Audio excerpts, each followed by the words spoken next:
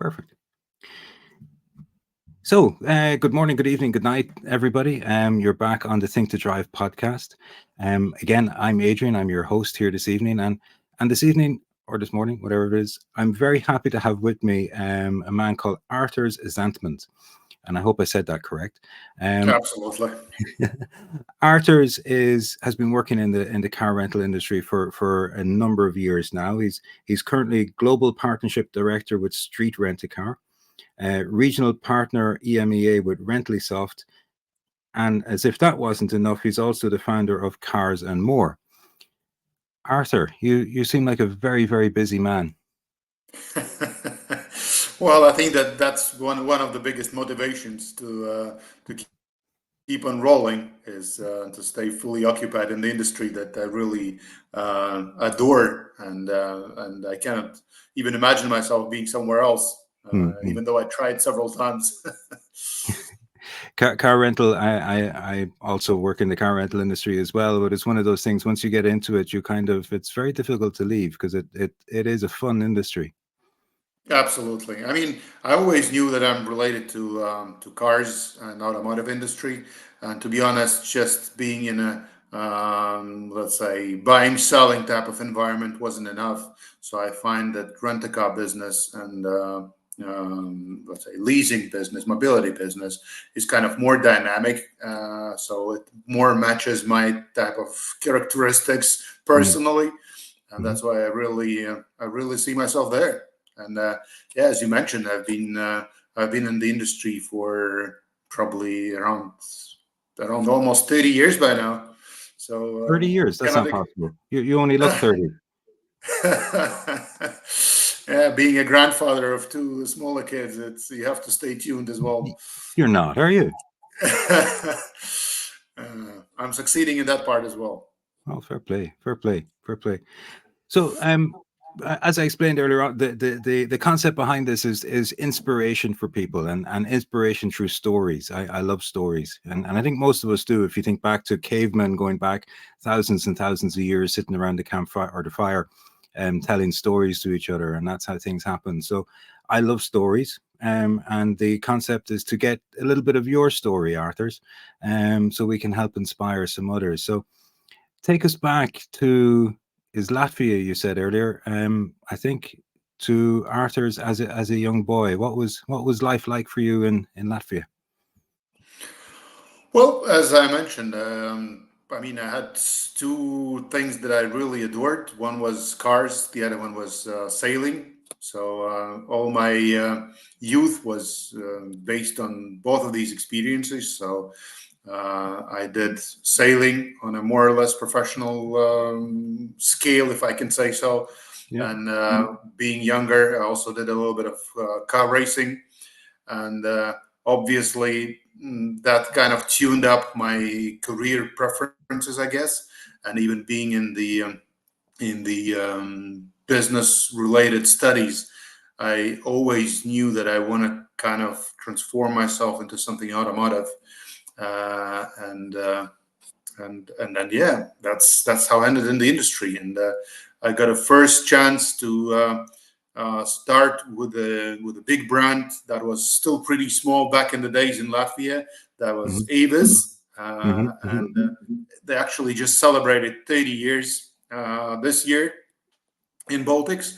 And at the time when I joined the company, we basically had something like 20 cars in fleet, and that was really something new. And people were, like really not trusting this concept and model, and locals wouldn't understand why you need something like a car rental at all. So it would be really a service entirely targeting, let's say, foreigners, inbound travelers coming into the country, and there were not that many of them at that stage because it was just basically the early years of, let's say, independence of the Baltic states. So it was something really new, and literally a couple of months after I started there, the owners of the company, they gave me an opportunity to take over the management. So I became the early country manager of the business. And we basically started developing business from scratch. Yeah, And yeah. that was really a challenging, interesting route that I had there. It was probably the best learning curve that I ever had. And I would say that this probably had much more influence on my business background than all of the studies, the classical studies in the universities that I did perform in Yeah, yeah. between. So, It's like it's like everybody talks these days about, you have the what's it called, the school of life, I suppose people say. It exactly. teaches you a lot more sometimes than the other side is important too. So any kids listening, go to school, get your grades, etc. But it is you learn an awful lot in life. So 30 years ago, that would be, let's say, 1994. So that's when did Latvia get independence?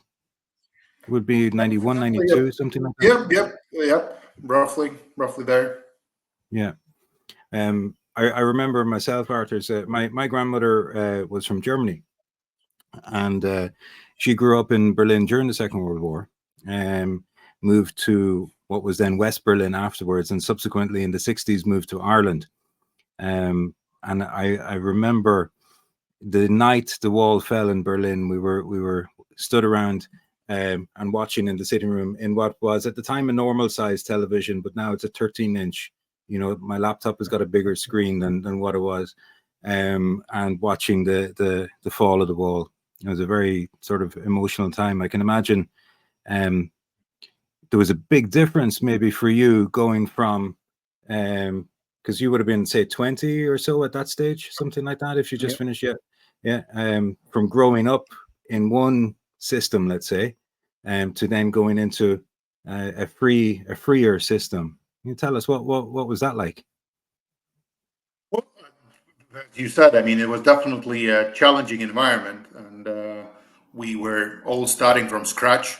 So we were all at the 0 point. Mhm.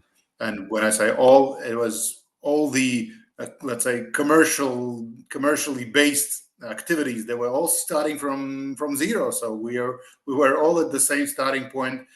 Travel agencies, rent a cars, I don't know, banks, leasing Mm. operations. So everybody was more or less learning from what they're doing, and that was, of course, an absolutely fascinating experience. And at the same time, that became a massive opportunity for the younger generation because at that time, with all these changes, a lot of I don't want to call them elderly people because otherwise I'll feel that I'm getting older myself now, but more experienced people, let's say this way, There we go. Yeah. having experience from the previous time, they wouldn't be able to operate in this new environment, Yeah. and that's where the opportunity for the, let's say, newer generation, these 18 years, 20 years old, 21 years old guys suddenly appeared. I mean, I was probably in my 20s, if I'm not mistaken, or even younger, when I got the opportunity to be the general manager of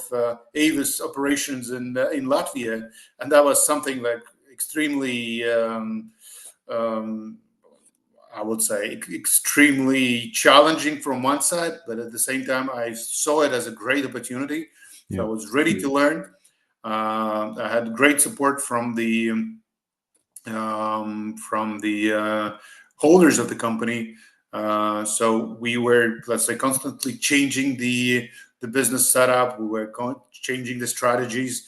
We were constantly looking on these KPIs. So what would they be? Because you are absolutely thrown into the new environment, new market, new service, new terms, and everything was new. So there was not a single fixed, thing in your formula. So all the X, Y, Zs, they were unknown, and that Yeah. was absolutely fantastic from what I remember now. And that was actually, of course, the time of major risks and threats. But at the same time, we all know that these threats and risks, they bring also the biggest opportunities. So at Avis, we managed to use this time in the positive way, and the owners never changed the ownership. So, despite all the competitors going off and up and down and bankrupt and live again, with the different ownership structure Mm. and etc. So all major brands like Europe Car Hertz and etc. They changed tons of owners at that time, and management was changing, I don't know, weekly. So we were one of these companies that managed to, let's say, to survive and develop through the years. So that's kudos to the current owners of it. Yeah. When you think about it, it's like the ultimate startup, isn't it? You know, Absolutely. starting up a country, basically. It's like, or being a part of starting up a country. It's phenomenal. My wife is from not too far away from you, actually. She's from Estonia originally. Absolutely.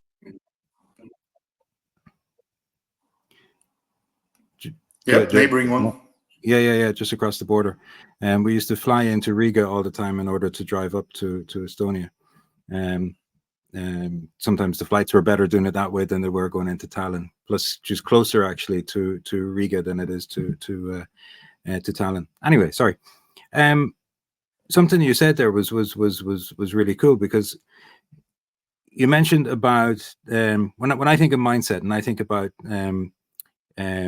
we always talk about what we call the subconscious mind. And the subconscious mind is where where the programming is.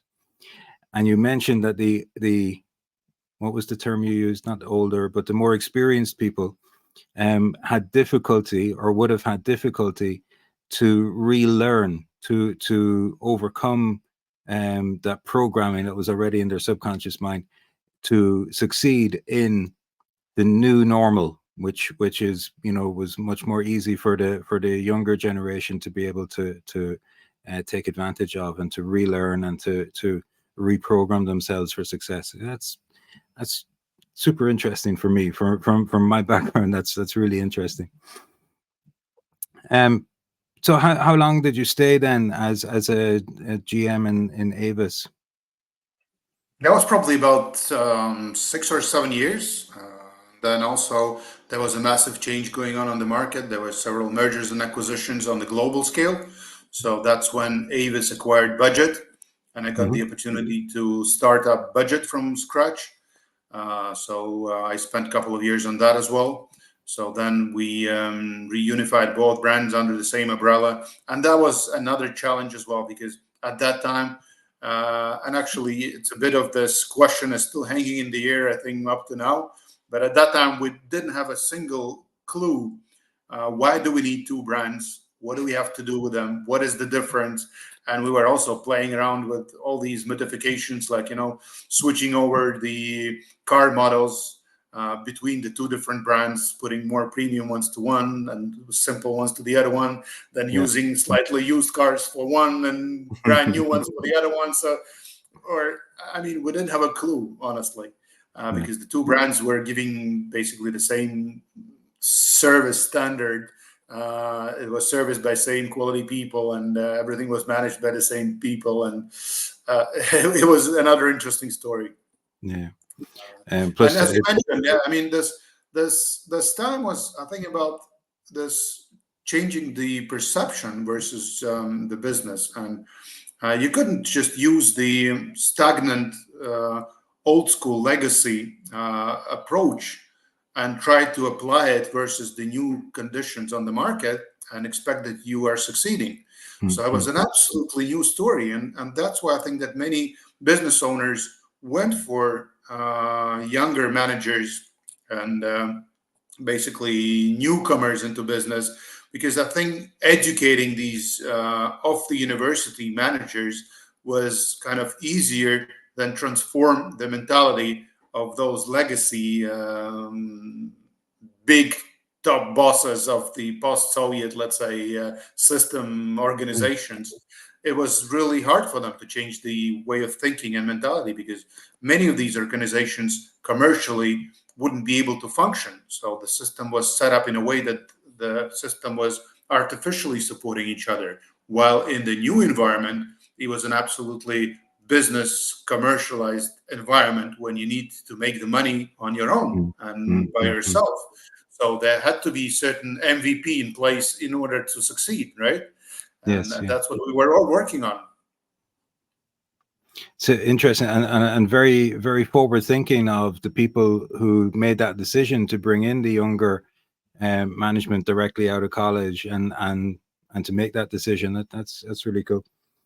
That was Um, let's say a risk as well. I believe so, but yeah, but a because good, often even now when you think about taking the fresh comers from the university bench, you still think, oh, will they succeed? Will they do their best, or how they perform? But always looking back on these times, I kind of have the strong belief in the younger generation, and I think now is also a good time to consider them mhm, as the option for your management part of the team, because I think that we are looking on the borderline of the new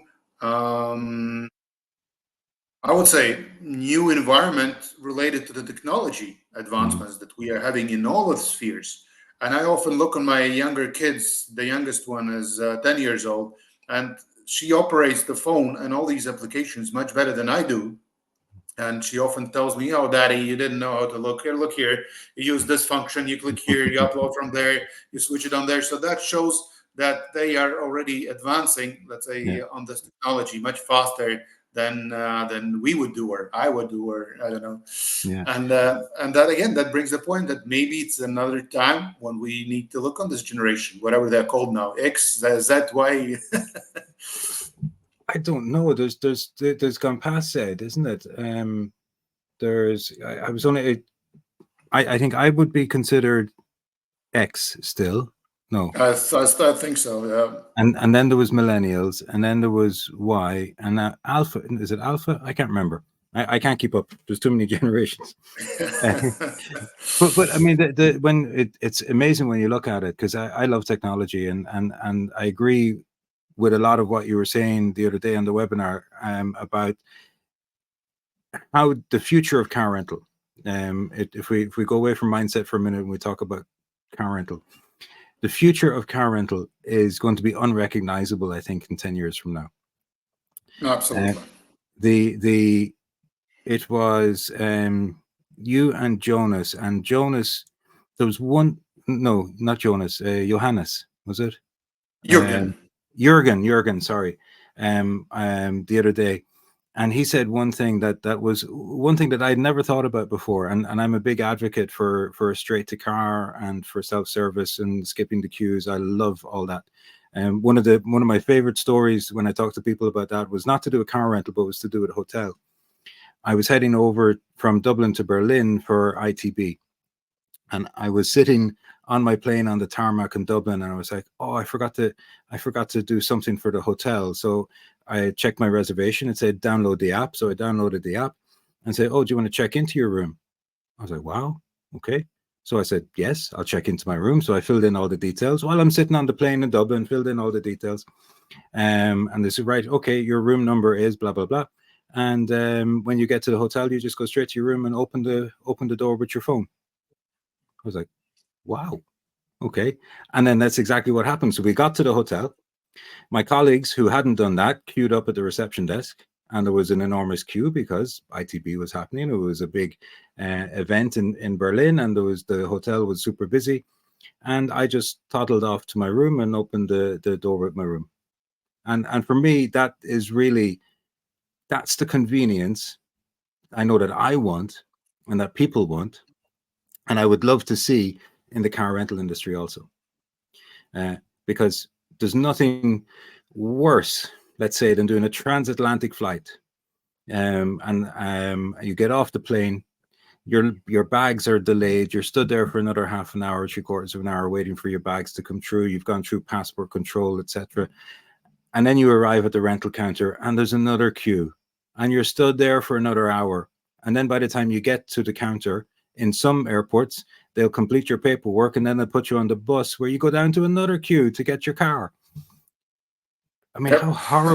horrible a situation is that, as opposed to walking straight past the counter, out to a car, open the car, and you're away. Well, I The think the, the talking about the future. automotive industry, also your example about the hotel was one great story, but I think that ride hailing is another great example.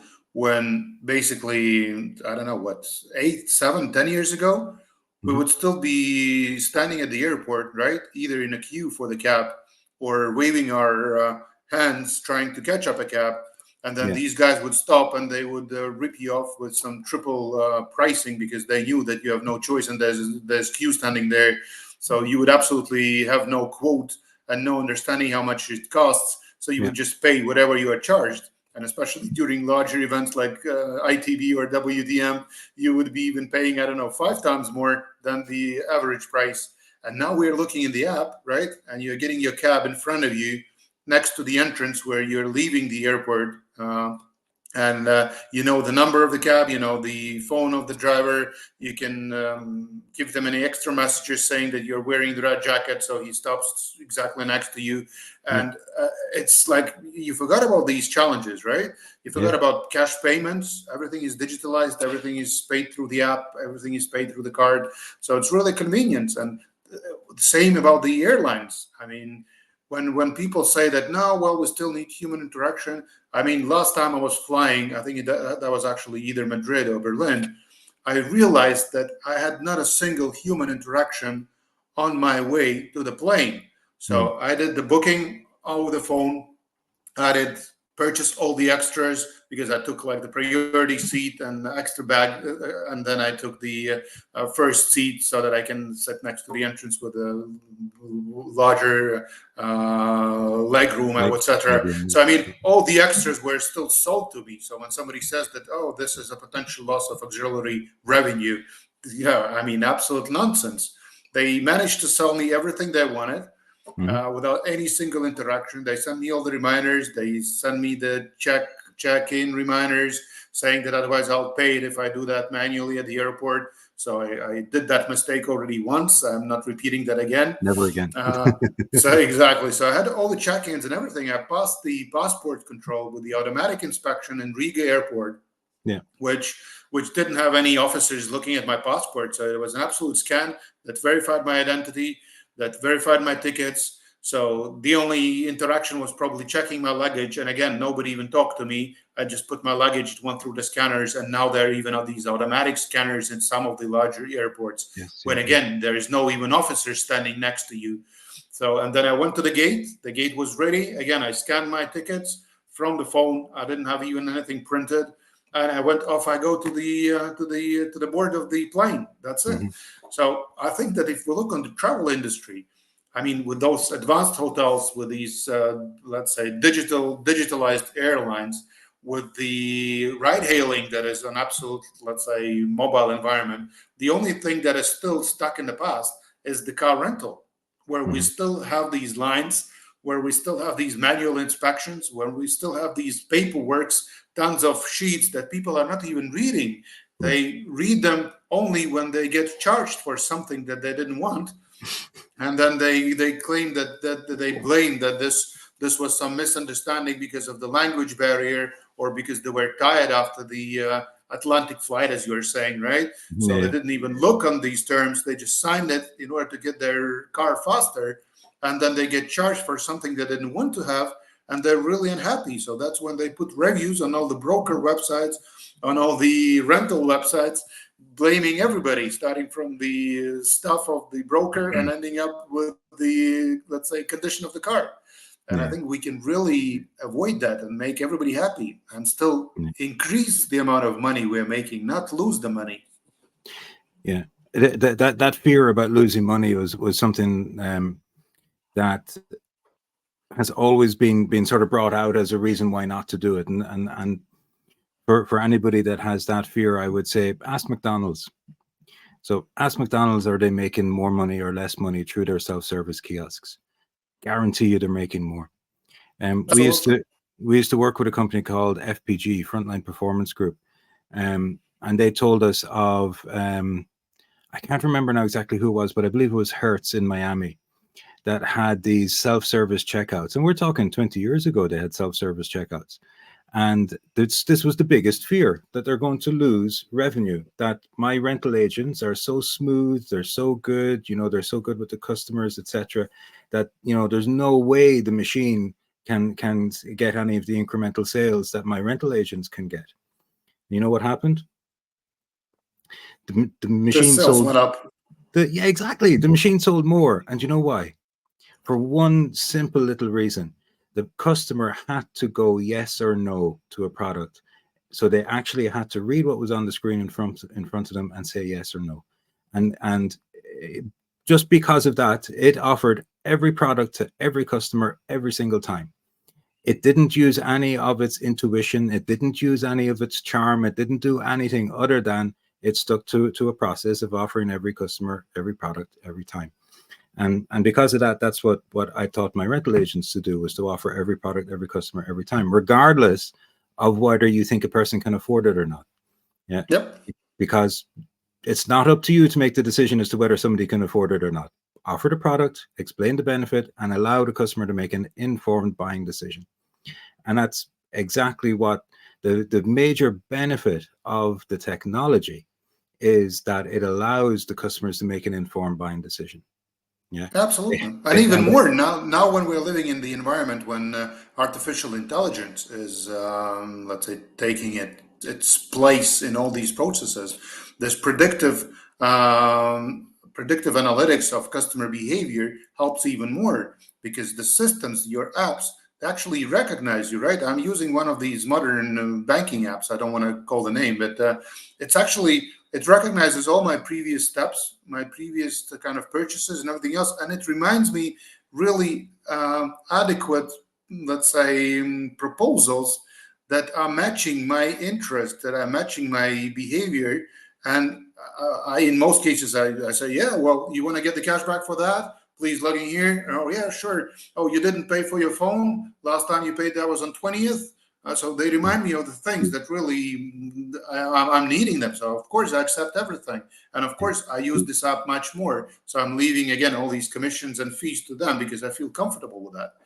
And same would be with the rent a car. I mean, imagine your app remembering, I don't know, your preferred car groups, or your average rental length, or your key destinations where you're flying, or your family status, that you're flying mainly with kids and you require kids seat most often, or that vice versa, you're a business person and you're always traveling on the business, and you don't need anything fancy, or vice versa, you need always a luxury group. So I mean, all these predictive things that would help you to sell even more. So yeah, I was blown away with something really, really small, and you've probably seen it before, and probably everybody that's listening has seen it before, but we use Google Workplace.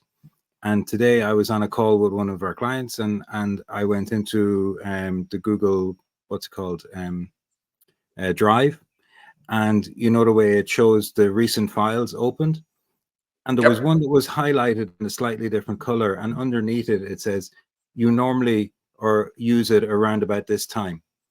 It's like, wow, that's a file that I open up once a week at this time with this client when we go through their performance. And there it is. It's telling me you normally go use this file at this time. I was blown away with that. It was so simple and so easy, because otherwise normally I need to go looking to try and find the file. So yeah.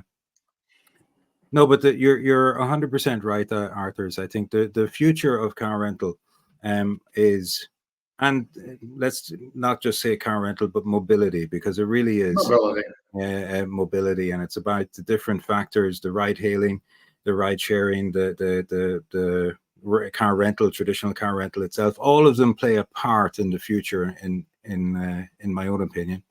There's never, I don't think there's ever one silver bullet that's going to fix everything, and that always sort of brings me on to the debate of the electric cars, because you don't have to be 100% pro EV or 100% pro ICE. You can understand that there's a mix of both to be used in the future. There's never, I don't believe, going to be one single solution to fix everything. I think that there's going to be, let's say, a massive merger of these services. And again, looking back on some of my previous experience, for example, with the ABG Group in the United States, at that time I was trying to push through, let's say, accepting our rental services for the Uber drivers. And the regional managers in California, they were shaking head and saying, Arturs, you are crazy.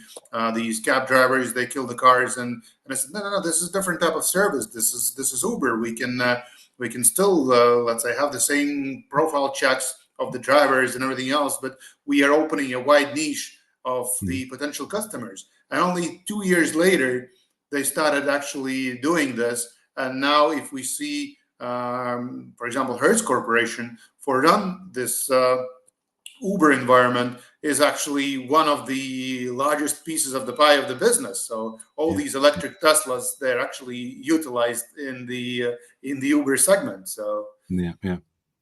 Or not, as the case may be, but exactly, and that's why I think that again, it's gonna be one of those apps where you will be able to pick up the car from 1 minute, like in car sharing now, right, to several months, like in some subscription apps.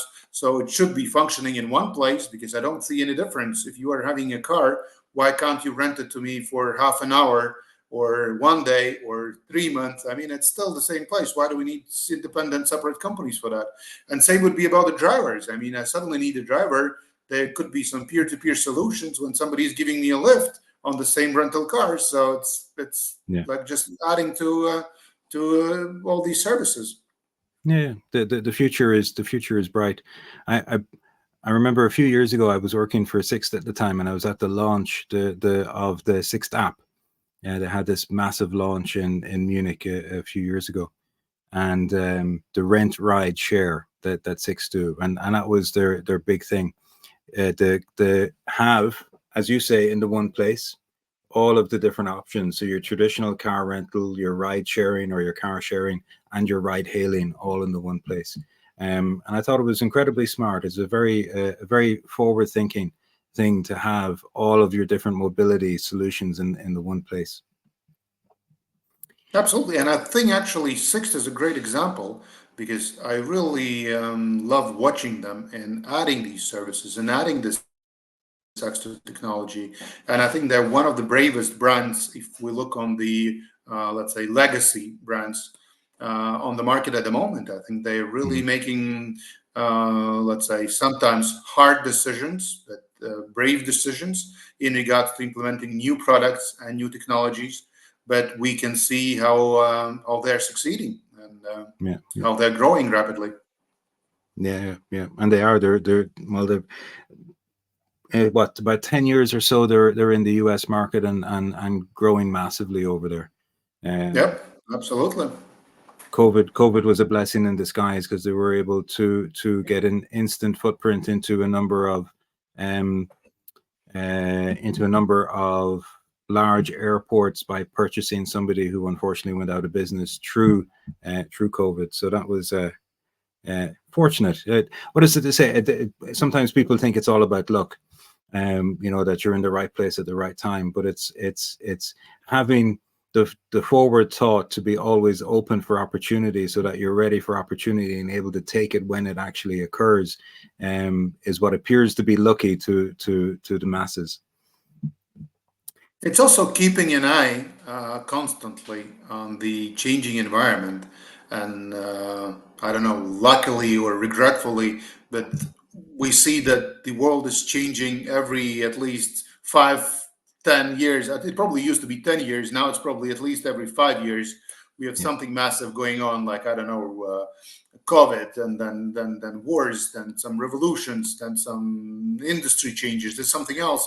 So there's always some shakeups of the market. And then if you are dynamic enough, if you are open-minded and you are ready for these changes today, and even though you're expecting it tomorrow, then you could be actually breaking all the KPIs and suddenly jumping off and making these X6, X8, X10 growth ratios, like some of these startups are expecting, right? Yes. Because in most of the legacy cases, if you are not ready for this change and you're just setting up, okay, well, we want to grow the revenue by 3% for the next year, bravo. And then your profits grow by 1.2%, bravo.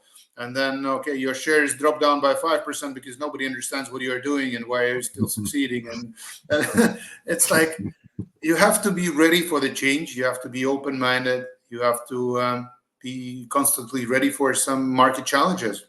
Yeah, you hit the nail on the head there. It's been open-minded enough in order to embrace change. What you see with many large, we call them legacy companies, not necessarily any of the car rental companies, but they are so bogged down in layers and layers of bureaucracy and just a different way of thinking. They don't have a growth mindset. They have a sort of a keep it steady as she goes sort of mindset. Whereas, as you say, the smaller companies have a more of a growth mindset. I wanted to ask you, Arturs, because we've it's not that we've gone off on a tangent. I really enjoyed that conversation, but the concept behind, as we said, behind these interviews and these talks is to inspire people to achieve what it is their level of success that they're trying to achieve.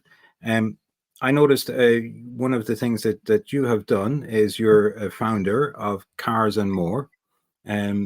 I apologize, I didn't do my research. I don't know exactly what Cars and More is. Would you mind giving a little bit of info about it and what it is?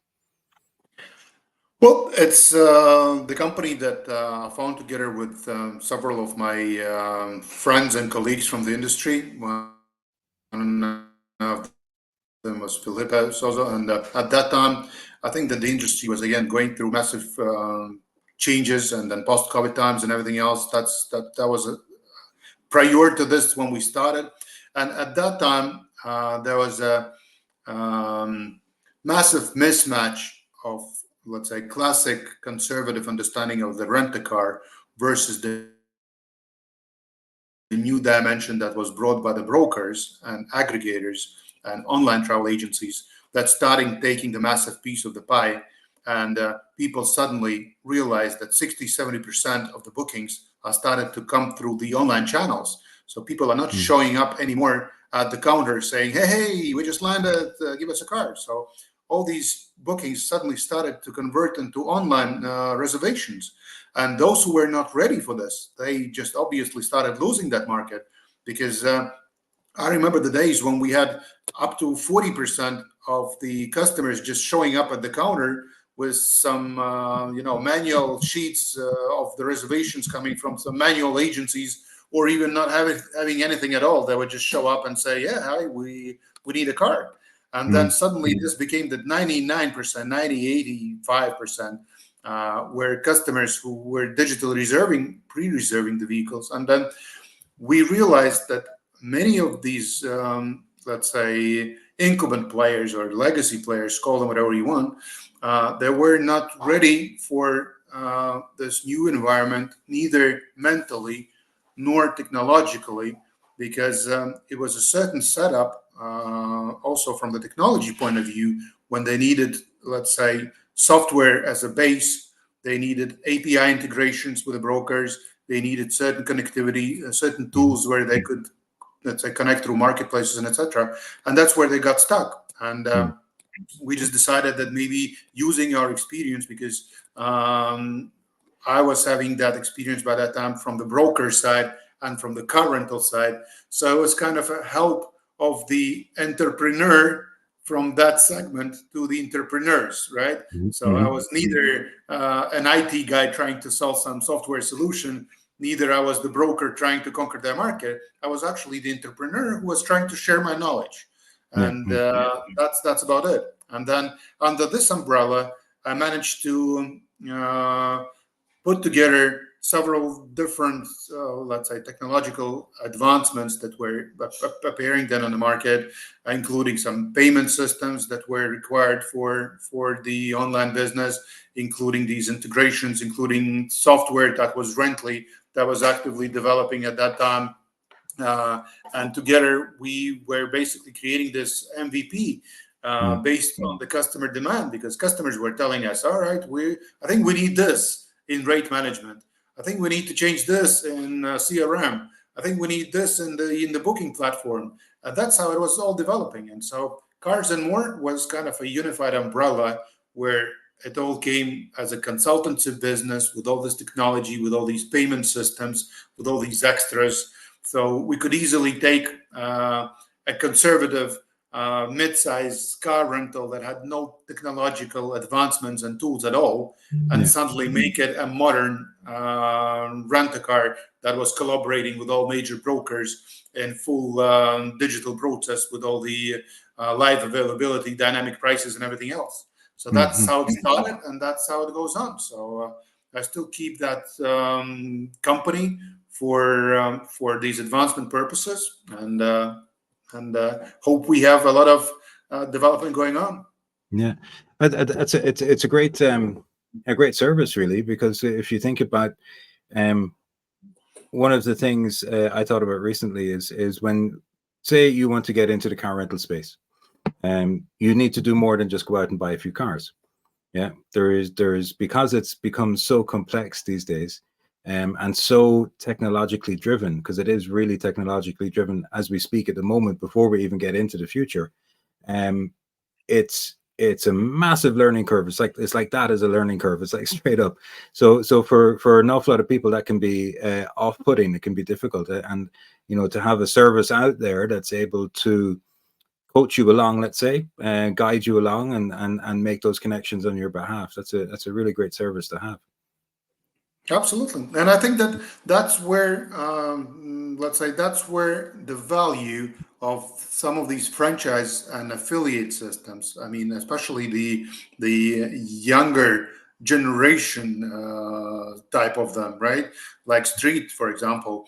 Some people ask me, where's the value? What are you bringing? And Yeah. that's exactly the value that you, Adrian, are mentioning. That we can bring you the concept on the plate. We Hmm. can bring you the business plan, including financials. We can bring you the technology. We can bring you the connections. We can bring you all the necessary integrations with the supportive systems, including, let's say, digital rental tools, I don't know, self-verification tools, identity checks, and everything else that you need to go and collect piece by piece all around the world. I don't know, you need to visit three ITMs and ITBs and three WTMs in order to meet all these companies, right? In order to Yeah. connect them. And Yeah. we're bringing you this all in one portion. Yeah. And in many cases, again, I don't want to sound offensive versus the big players, but these smaller franchisees, I mean, franchise networks, give their franchisees sometimes more digitalization, more advice stories than the legacy players. Hmm. I mean, again, if I look on the conservative big brands, then often they don't bring you as much value as brands like Street, Carvis, or let's say any of the newcomers, let's say that started in the last 5-7 years, because we are more dynamic. These brands have more, let's say, advancements coming from the new age. Yeah. So there's nothing that needs to be rebuilt. It's vice versa. You built everything from scratch, so everything is up to date and up to the environment that we're living in. Yeah. Yeah. That's pretty interesting, because I was thinking recently about, since COVID. COVID obviously decimated the car rental industry around the world, and the but post COVID, there's been a hell of a bounce back, and it's, to be fair, once COVID stopped and the travel restrictions were lifted. I love the term that was out there, which was called revenge travel, or revenge tourism. I'm going to get out one way or the other, because I haven't been able to get out for the last couple of years. But there was an enormous bounce in demand for car rental all around the world. And we saw in the industry some new franchisors, some new companies come in to the mix that hadn't been there sort of pre-COVID. And I hypothesized myself that maybe it's because of the super revenues or super profits that were made in the year, maybe 2 years directly after COVID in the industry, that it made it so inviting for others to come in. And I always wonder, when things return back to normal, because car rental it's a difficult game at the best of times, and it's a low margin industry really, which the last couple of years have not really been what's the word, uh, it's been unusual for the last couple of years, let's say. how many of them will continue to survive into the future, and when things go back to it being, let's say, normal. What do you think? Well, I think that we are still living through the times when there is no such thing as normal. It's a constantly changing environment, and I think it's going to be changing for the next 5, 10 years for sure. It's going to be both technological change, the segmentation change again, because probably there's going to be some habitual change of customers again making these bookings, for example. So maybe some of the resellers or wholesalers or these online aggregators, call them whatever you want, they will be changing as well. And they will be restructuring themselves into something more, maybe back into, let's say, travel kind of organizations rather than Hmm. just wholesalers of the service. Yeah. I'm pretty sure that there's going to be much more retention that will be built on these applications and loyalty programs that we're looking, because as you said, I think that customers will get back used to this habit of using the same brand instead of shopping around just for the cheapest price, because we see how much dissatisfaction you get if you just always constantly look for the cheaper. I Yeah. personally don't do that with the airlines anymore. I don't look for cheapest hotels. I don't look for cheapest airlines. I still try to stick to those brands that give me the quality and certain standards. And I see that many customers are doing that with car rental as well. So when you offer them just, oh, go look on the broker and check for the brands, and they say, no, no, no, I don't want to have this ABC brand because I don't know them, and I don't see good reviews on them, and I Hmm. don't see enough reviews on them. So this is going to be changing. And as we previously discussed, the concept of the car rental itself is going to be changing. I think it's going to be something universal. It's going to Mm. be a mix of car sharing, car rental, I don't know, ride hailing. So it's going to be a massive product change. Yeah, yeah. And that's why I think that, again, it's a challenging environment. It's a never ending change that we're going through and living through. And who knows how it's going to look in 10 years. I mean, maybe we finally start driving the autonomous cars, or even start using some flying taxis, Yeah, yeah. self-flying cabs, or self-flying rental cars. Who knows? The technology is going so fast. I think again it'll be the younger generations that jump on that an awful lot quicker, because I don't know about jumping into an autonomous flying vehicle now myself, whether I would be sort of chomping at the bit to do that. But we'll try it. We'll try it. I'll see. Well, I think that we're pretty technology, let's say, addicted people, both of us, at least, Yeah. as long as I know you. And from that perspective, I keep testing all these new things, and I love to test them. So I was actually having a chance to ride in one of these autonomous cars, and I cannot say that I was feeling comfortable, even though it had the pilot, let's say, sitting and controlling the digits. But still, it was not the safest feeling that I had in my life. But at the same time, while ordering pizzas now with kids, we constantly use the robot delivery. Yeah, When yeah. the six-wheeler comes over to your house and brings the pizzas, and you don't have any delivery guys knocking at the door. And I think it's fun, and it's fast, and it's efficient. Mhm. And the same goes. Recently, I had the experience with a self-service coffee place, where actually the robo barista was preparing the coffee, doing all the mouths and all the shakes and everything else, and was delivering you with some manual arm that looked like human, was Yeah. delivering you the cup of coffee, and that was absolutely fantastic. I love the thing, so I like testing such things. I know that for some people, more conservative people, it might be something they don't want to change for, and they prefer a live human being driving them in a cab and delivering them the cup of coffee. Personally, I love these changes. I don't know. Yeah. I'm ready to support them. Yeah, yeah, no, I admit I love technology, and I love the simplicity and of the way these things work, and how it allows you to make decisions, how it allows you to decide yourself exactly what it is that you want for in a lot of ways. The I love the idea of the driverless taxis. I know there's a few companies in the US, and I've seen video clips of them. They use Jaguar I-Paces, I think it was, that they were using. and you see, I watched the whole trip from start to finish, and it looks like something that I would do, no problem. As we come close to the end, Arturs, because I'm conscious of time, maybe another few minutes, but I'd like to, everybody that I talk to on the show, I like to talk to them about mindset. Now, mindset is a concept that has gotten a lot of traction over the last couple of years. A lot of people have started talking about it. Something 20 years ago, hardly anybody talked about.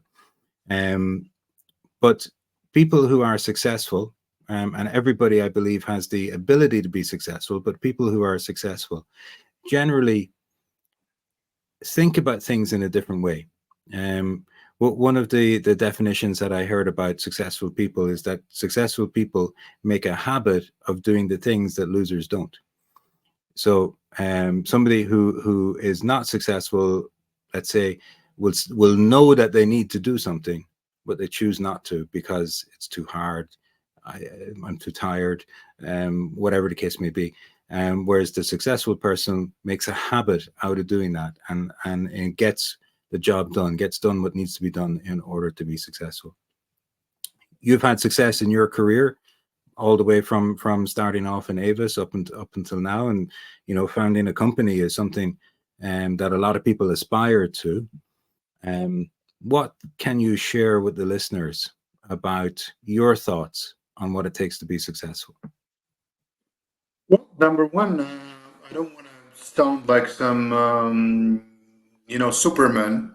So I also had some failures in my career, and I think that one of the advices would be not to be afraid of these failures, because, to be honest, one of the business coaches that I had in the university in Australia, and I studied there as well, he actually taught me two things.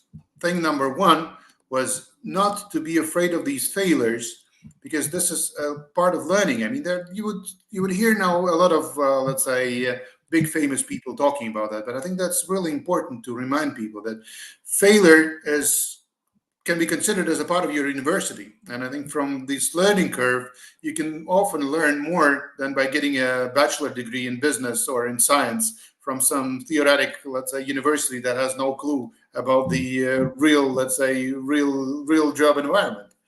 The second thing that he taught me was when I was trying to, cheat on some exam, and I was, hiding some sheets of paper and whatever, and trying to pull them out of my shoes or jeans or whatever.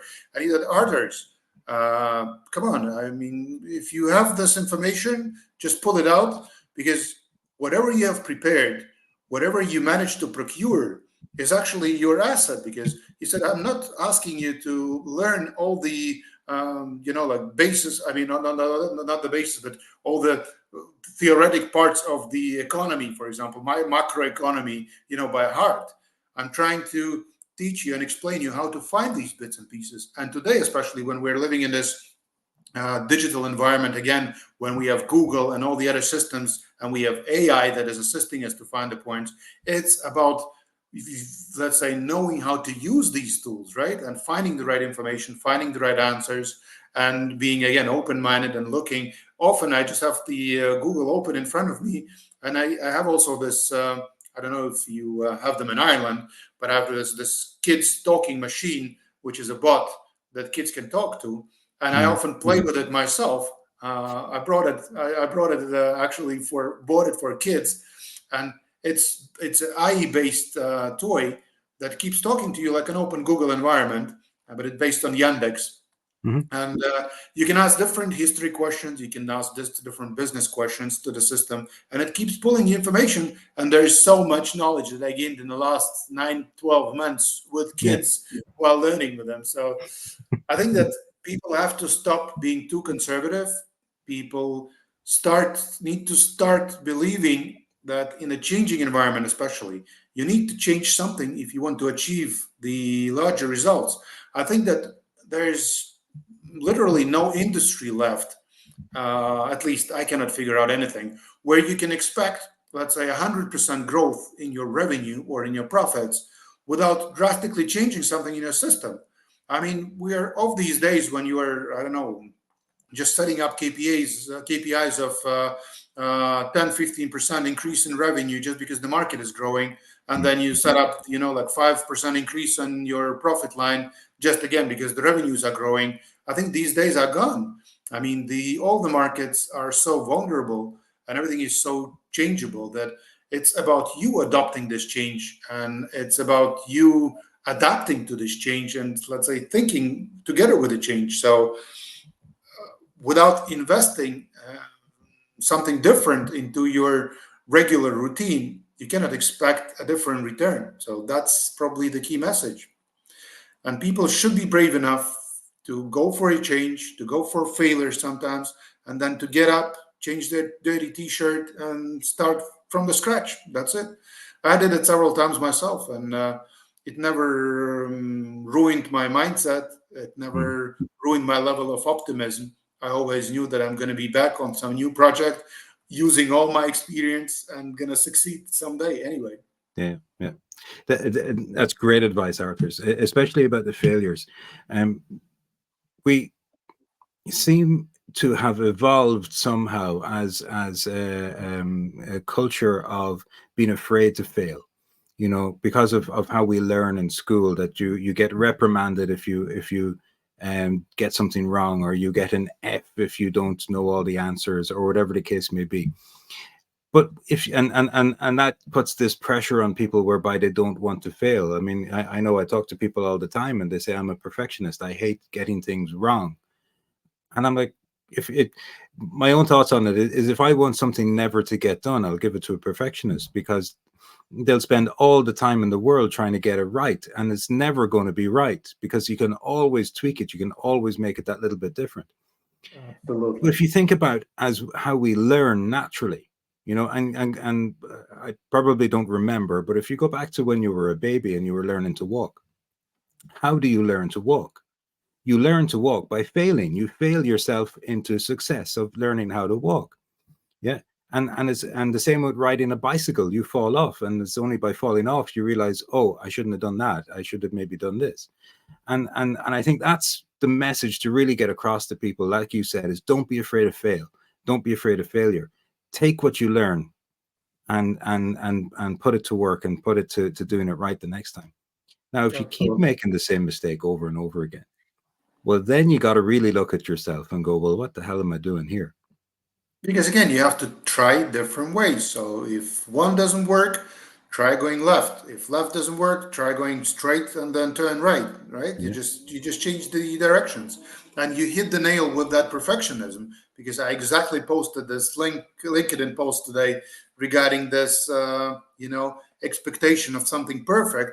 That also relates to these technological innovations. Because I often talk to let's say rent-a-car people and other industry, let's say representatives, that expect from you a ready-made solution that is 100% matching their vision, which Mm. they have drawn in their head, and they don't even have a roadmap.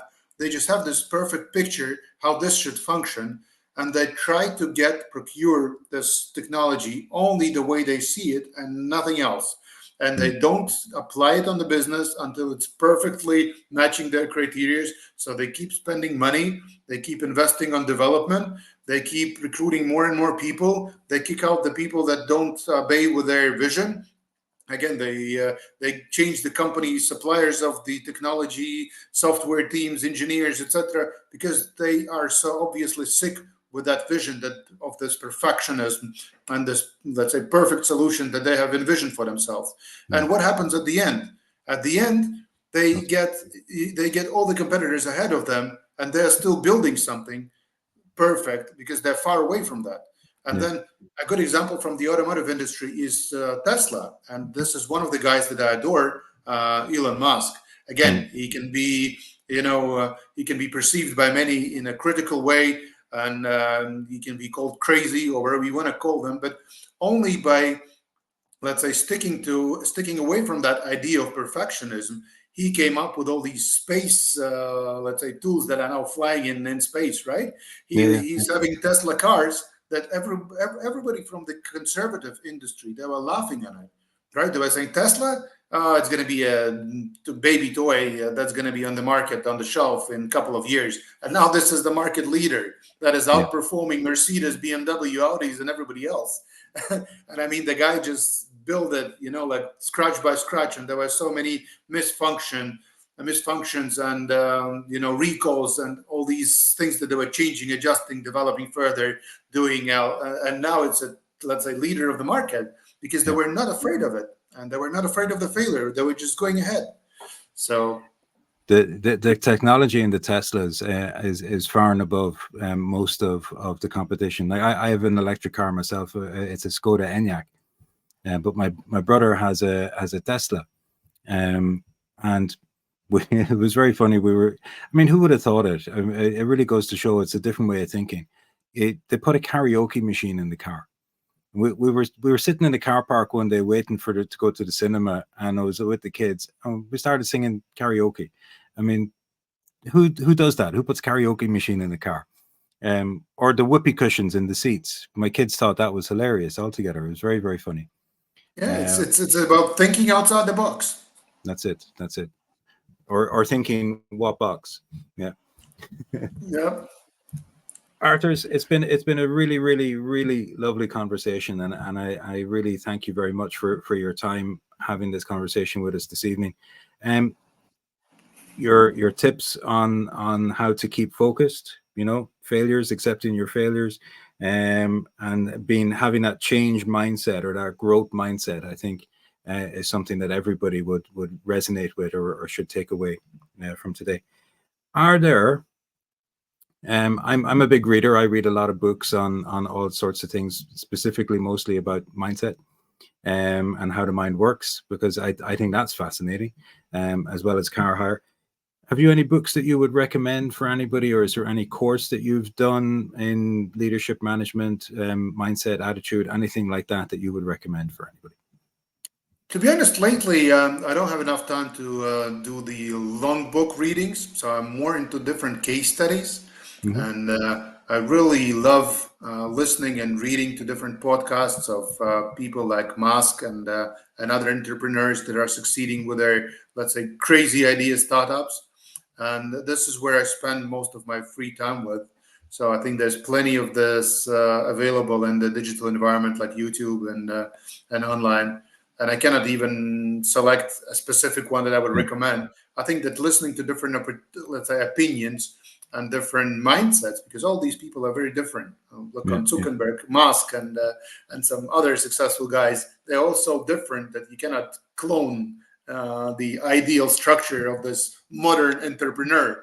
So it's just about learning bits and pieces from all of them, and trying to stick less to these conservative rules of business that we learned sometimes in universities, from professors that were wearing old pair of jeans because they never actually worked in this business environment. So we really should look more on the successful cases rather than try to pull up something from the theory and try to find the explanations for it. So yeah, couldn't agree more. If you want to learn how to do something, learn from somebody who's done it. Yeah. So thank you very much for the opportunity, Adrian. That was my pleasure. Last time we met, that was probably Berlin. So yes, I hope to see you soon somewhere at one of the industry places. I don't know. Probably next one could be London. For sure. Yeah. I think that London's the next one on my calendar anyway. So, okay. But thank you again for your time this evening. And if people wanted to find out more about you, Arturs, and where you are, LinkedIn, I suppose, is probably the best place. Yes, absolutely. Cool. Well, I'll put a link to that in the details on the podcast also for you. So thank you very much. Have a fantastic evening. You too. Take care, Adrian. Take care. Bye-bye. Thank you. Bye-bye.